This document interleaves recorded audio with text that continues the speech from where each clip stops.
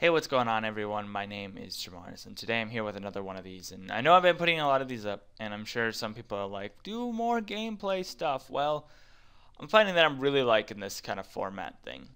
And I found that a game over the weekend, and last weekend, by the way, not today. Today's Saturday. It's technically still part of this weekend, but last weekend, I found a game called Spec Ops: The Line.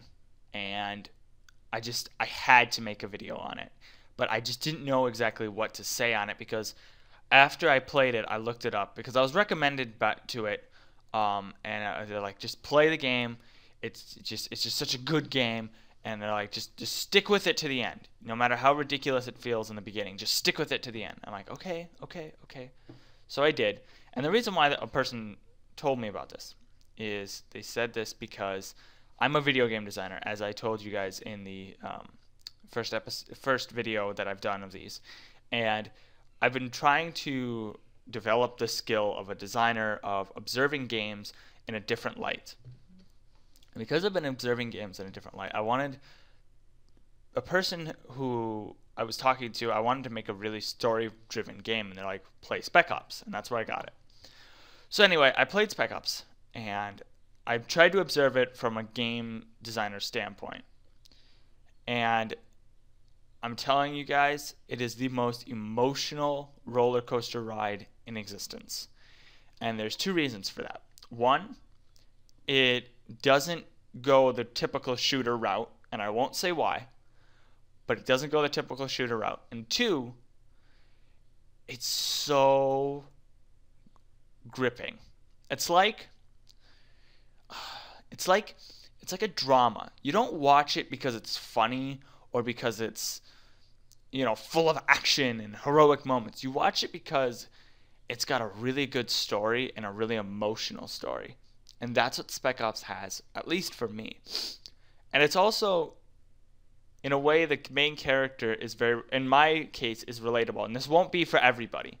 And the reason why it's relatable is because he suffers, it examines post-traumatic stress disorder, and that's all I'm not going to say how or why or when or whatever, but in a couple points through the game, it examines post-traumatic stress disorder.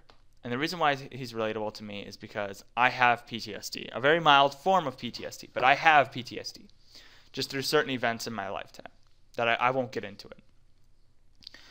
And I'm going to put up a screenshot of something that I feel Spec Ops nails.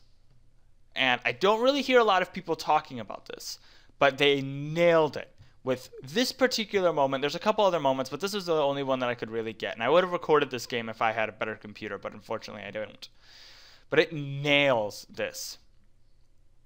And so I go in and there's a part where you're kind of sneaking around, and I don't remember if it's you use a silencer. I don't remember if it's like first introduces the silencer, but it encourages you to use the silencer on your M4A1 carbine.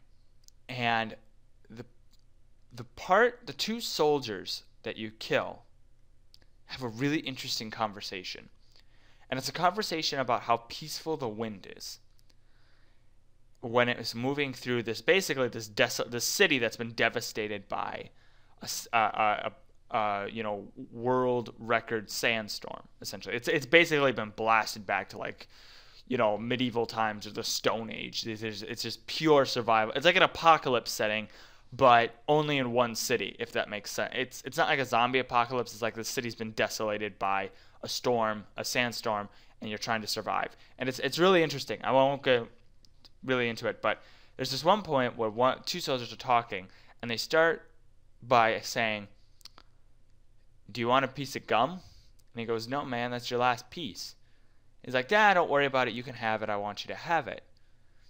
He's like, "Thank you." And then they start talking about how peaceful the wind is. And as they were talking, I was lining up my sights to take them out, and then I stopped. And I listened to the whole conversation. And I was like, that is such a real conversation. There's so many games that want to say we have an immersive world, a living world, this and that, but they don't really deliver on that.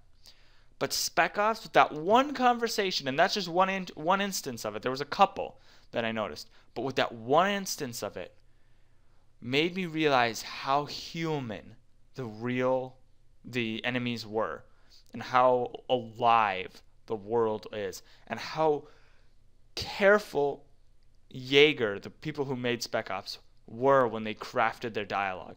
And it was just like, it was so good. And I'm gonna put a screen, and again, if I did my job correctly, I'm put a screenshot up, and I'll put it up again. When you get to that part, just play Spec Ops. That's all I'm gonna say. Just play it. I won't spoil anything except for that one little part. I will not spoil anything. Just play Spec Ops. There has never been a game that, except for Spec Ops, that made me cry. I am not a person that cries. I will be very honest with you. I am not a person that cries. Maybe that comes from my PTSD, but I do not cry. Spec Ops had me bawling. Just tears coming down my face. I was an emotional wreck when I played Spec Ops, but in a good way.